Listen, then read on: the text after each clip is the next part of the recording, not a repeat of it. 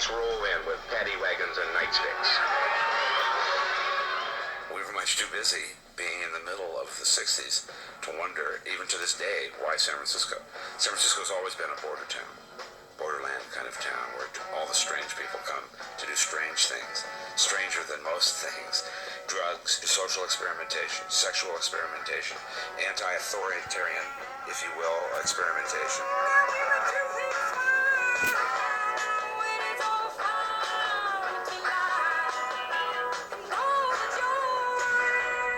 Anti-establishment. It was the first openly anti-establishment musical scene. Well, there really was no audience, to speak of. I mean, there was no entertainer entertained saying everybody was entertaining. Everything there was entertaining. Every event, everything that happened was entertaining.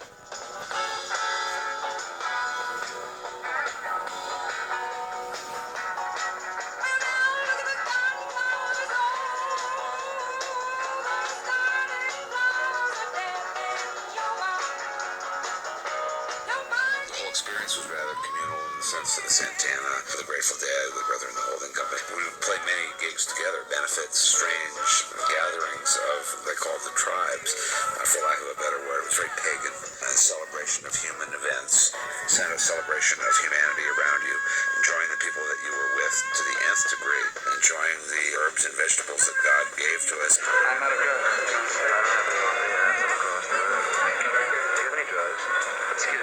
We were just another signal that things are changing.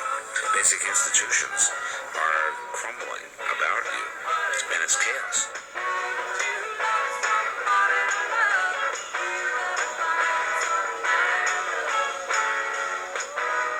The instruments are so bad, so contrary to our standards of human behavior, that I couldn't possibly recite them to you here from this platform in detail. 3 rock and roll bands were in the center of the gymnasium, playing simultaneously all during the dance, and movies were shown on 2 screens. These movies were the only lights in the gym proper. They consisted of color sequences that gave the appearance of different colored liquids spreading across the screen, followed by shots of men and women on occasion. Shots where the men and women's nude torsos twisted and gyrated in provocative and sensual fashion.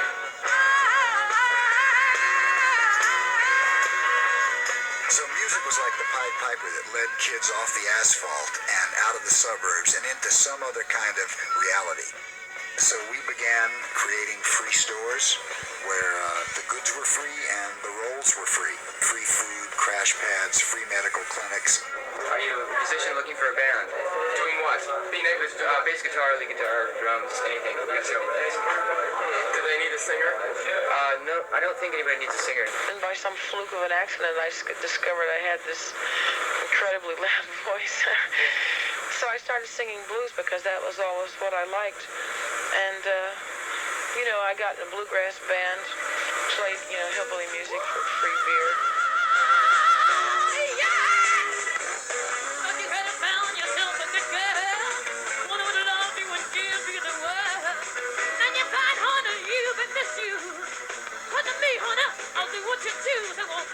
I first saw Janis Joplin when she sat in with Big Brother at the Diablo and Ballroom, and we played together at the Family Dog. I started falling in love and lived together for 4, 5, 6 months, I guess, in a couple of different locations in the Haight. The Janis that I knew was not the performer that public is familiar with. She was very relaxed, very intelligent, very creative, ambitious, but not overly ambitious, and very into her family, and enjoying the community of the Haight-Ashbury, which was very small and very affectionate at that time. What do you need? Tell your mama, babe. What you want? Tell your mama, babe. What do you need? What do you want? What do you need? What do you want? Wow! I'll make everything all right. What is it you think young people are looking for today? Sincerity and a good time.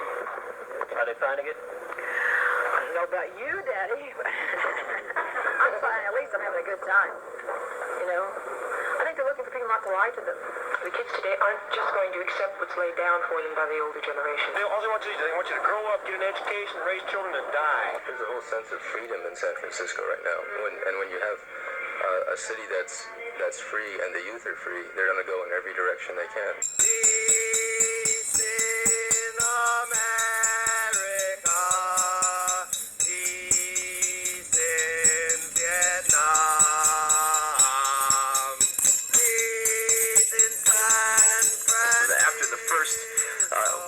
the human being in that thing. It was like, yeah, there is all these people that we're all, it's like, yeah, there is a community. There is this whole big community. We're all those people who are the weird ones, and it was all of a sudden you discovered all these people who were like you. And they were all people who were influenced by the beatniks. The Beats were into their authentic expression. They were into living authentic lives that were based on their real feelings, not their conditioned feelings. And I think they stood as a kind of beacon to personal integrity in that way. So you add psychedelics to that, you've got the Haight-Ashbury. The hippies are capable of extremely hard work. This is the house of a popular local band which plays hard rock music. They call themselves the Grateful Dead. They live together comfortably in what could be called affluence. There are many other similar houses or apartments in Haight-Ashbury, maintained by hippies who work in places where employers do not mind bizarre dress or long hair. Their concept of a new style of life unites them. We would all like to be able to live an uncluttered life, a simple life, a good life, and think about moving the whole human race ahead a step or a few steps. And, or a half a step. I think that most of the people who are hippies now came to it through drugs. Yeah, but it's not a dope movement. We're not trying to spread dope. I think, personally, that the more people turn on, the better world it's going to be. At the time, cats on flower crown, jingle here, red, night sun. Don't know the chip of silver, This traveling roadshow with the Grateful Dead and the pranksters came swirling through called Can You Pass the Acid Test?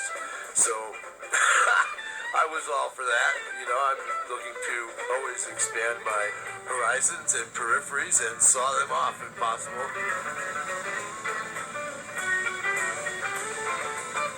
Acid became a big part of the thing while it was still legal. And as soon as they saw that people were having fun, they, of course, made it illegal. Common hallucinogenic experiences were like tribal harvest festivals in the Sadie Hawkins day. Total abandon, rejecting everything and looking for something positive and new.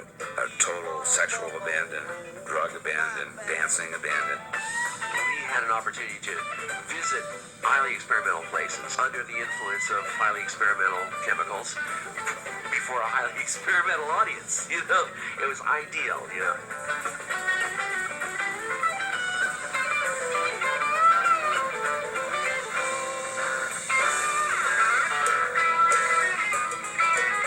It's an interactive event, the Grateful Dead.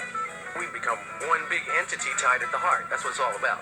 We're not the whole event, but we're an important part. We're what the event sounds like, and we offer a space to ritual it.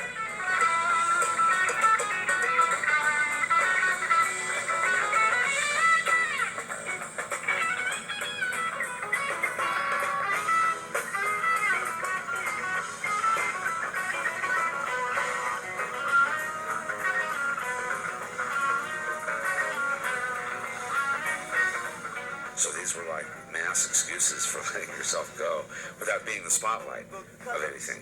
Even the bands, Grace used to say, the only reason she enjoyed being on stage at these things was because the stage was the least crowded place at the party. And you could see up over everybody and see what was going on everywhere. One time I hitchhiked from Austin to San Francisco with this guy, and then later, his name is Chet Helms, and later he got involved in promoting the dances in San Francisco. I love the acoustic draping in the Avalon, which gave it a wonderful, warm, interior, womb-like sound. I love the sprung dance floor, which if you got 300 or 400 people dancing on the floor at one time, the floor would rise to meet you and lift you even higher, The Avalon and such similar institutions are the few socializing institutions which teach people how to live and be with one another. They were experimenting with being loose at the beginning also. It's like, oh my God, it's safe here. And I can, eat my chocolate cigarettes without anybody catching me. I can hug a girl, or I can put paint on my face. I can put on goodwill clothes. I can act out cavalierism. There was a very nice feeling of open airness, even though you were indoors. Well, Chet was the he was the mellow guy, and Bill was the bully. So Chet did it in a nice homespun way, and and Phil was really aggressive and really wanted to make a home for rock and roll, and he had big plans. It was a jam session. Michael Bloomfield was playing Hammond organ, Jerry Garcia was playing guitar, Paul Kantner was playing guitar, and I waited for Jerry to finish the solo, and then,